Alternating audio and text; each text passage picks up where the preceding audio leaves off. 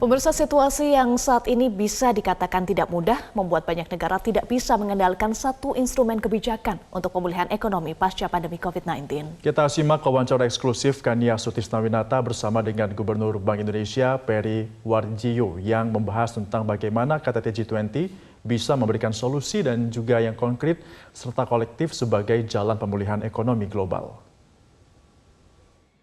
Pemirsa, situasi yang bisa dikatakan tidak mudah saat ini membuat banyak negara tidak bisa hanya mengandalkan satu instrumen kebijakan untuk pemulihan ekonomi pasca COVID-19. Bagaimana forum G20 saat ini memastikan solusi yang konkret dan juga kolektif. Kita akan langsung berbincang-bincang bersama dengan Gubernur Bank Indonesia Peri Warjio. Selamat sore Pak Peri. Selamat sore Mbak Kania. Terima kasih atas waktunya di tengah-tengah kesibukannya sampai dengan 1 hari jelang KTT G20 besok masih saja ada banyak sekali pertemuan dan acara-acara yang harus dihadiri ya Pak ya.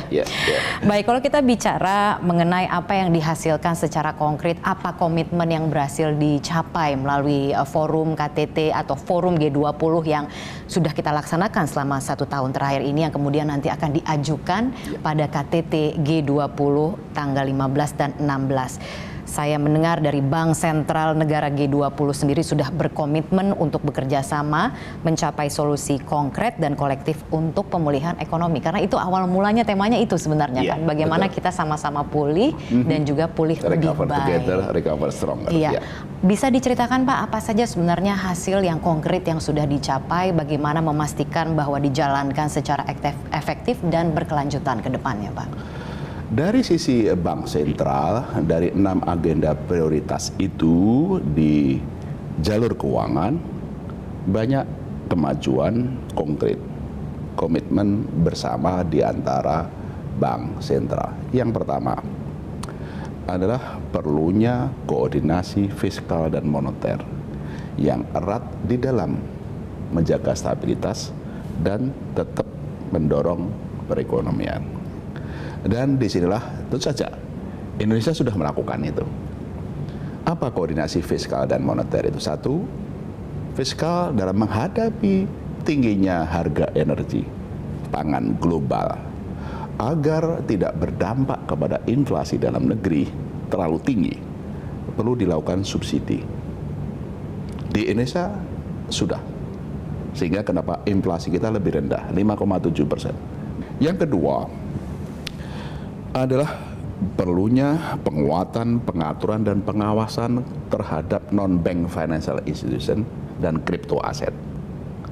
Karena sejak global crisis di dunia perbankan di dunia itu sudah cukup kuat, sudah stabil, manajemen risiko kuat. Tetapi sekarang dalam kondisi global yang tidak pasti ini di non-bank financial institution seperti hedge fund, crypto, itu yang perlu ada penguatan.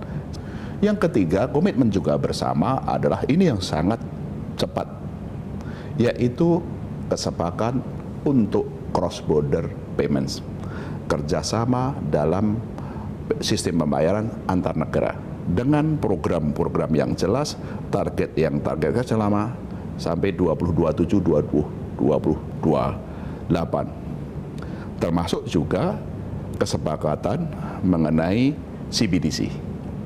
Desainnya seperti apa, penggunaan untuk inklusi dan kerjasama cross border.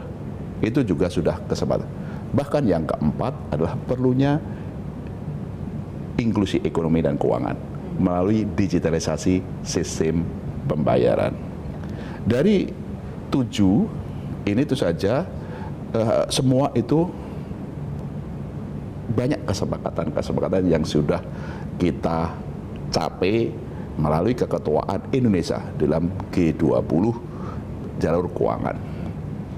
Yang tentu saja yang sekarang menjadi isu adalah berkaitan dengan satu, energi dan pangan, dua adalah kesehatan, itu yang seperti itu yang tentu saja menjadi agenda pertama, agenda kedua dalam leaders ini ya kita mendoakan supaya ada solusi-solusi konkret. Sementara yang agenda ketiga adalah digital transformation, itu sudah banyak kemajuan yang ada. Ini 2 hari ini tentu saja kita mendoakan semua leader termasuk Bapak Presiden Joko Widodo untuk bisa solusi-solusi secara global gitu. Oke. Nah, saya ingin menanyakan soal implementasinya tadi, Betul. begitu ya, karena kan memang masing-masing negara itu memiliki tantangan sendiri-sendiri. Nah, bagaimana memastikan bahwa apapun solusi yang nanti akan diraih itu akan mencapai tujuannya, Pak? Satu, berkaitan dengan komitmen untuk lebih eratnya koordinasi fiskal dan moneter, dan Indonesia memberikan contoh itu. Itu di antara Menteri Keuangan dan Gubernur Bank Sentral sudah ada kesepakatan di antara G20. Implementasinya tentu saja akan tergantung kepada kondisi masing-masing negara, kemampuan dari kebijakannya, dan tentu saja ini bagaimana waktu untuk bisa melihat hasilnya sama. Dan itu juga menjadi tentu saja kita akan lihat juga berkaitan dengan kebijakan moneter. Ya, di negara maju memang perlu kenaikan suku bunga. Tapi dalam diskusi komitmen ini, negara maju pun juga memahami bahwa yang dilakukan oleh suatu negara berdampak spillover, rambatan kepada negara lain, termasuk dalam emerging market seperti Indonesia dan juga negara-negara lain. Sehingga kenapa perlunya kesepakatan untuk dikalibrasi secara baik, direncanakan secara baik, well planned, dan well communicated, dikomunikasikan secara baik. Nah, ini baru yang pertama yang berkaitan dengan perlunya koordinasi fiskal dan moneter. Komitmen sudah ada. Semoga memang tahun depan kondisinya lebih baik. Lebih baik. Baik, tapi kalau kita bicara mengenai upaya untuk menyeimbangkan antara pemulihan ekonomi dan juga menjaga stabilitas keuangan, langkah apa yang kemudian harus diambil, terutama misalnya Bank Indonesia sebagai bank sentral di Indonesia untuk menyeimbangkan antara kedua kebutuhan tersebut? Tentu saja akan tergantung lagi koordinasi fiskal dan moneter. Di dalam bank sentral sendiri kami pun juga menyuarakan kepada G20 dan juga didukung oleh negara-negara emerging. Memang ya bahwa kenaikan suku bunga perlu dilakukan agar inflasinya kembali.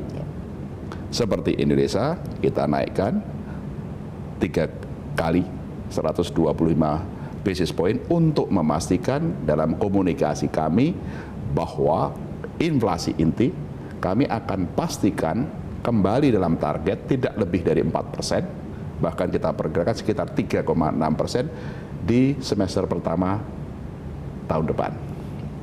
Tapi kami juga menyuarakan dan emerging market juga mendukung suku bunga satu instrumen, nggak cukup. Perlu ada juga instrumen mengenai stabilisasi nilai tukar. Nilai tukar perlu distabilkan agar suku bunga di Amerika maupun terutama harga energi yang tinggi tidak berdampak kepada harga dalam negeri. Yang kita sering imported inflation, inflasi dari barang-barang import. Nah, stabilisasi nilai tukar perlu dilakukan intervensi. Itu bahkan sejumlah negara maju pun juga melakukan intervensi juga gitu, dengan kadar dan juga reason yang berbeda-beda. Bahkan kalau di Indonesia tidak cukup respon suku bunga, dan kita bersyukur Bu Menteri Keuangan memberikan subsidi sehingga kenaikan suku bunga tidak terlalu tinggi. Bank Indonesia juga terus melakukan stabilisasi nilai tukar untuk imported inflation, tapi kita juga koordinasi fiskal dan moneter agar ini kenaikan suku bunga global tentu saja bisa tetap juga tidak berdampak buruk terhadap investasi portfolio. Oke, baiklah kalau begitu terima kasih Pak Peri atas waktunya. Dan pemirsa demikianlah wawancara kami bersama dengan Gubernur Bank Indonesia Peri Warjio.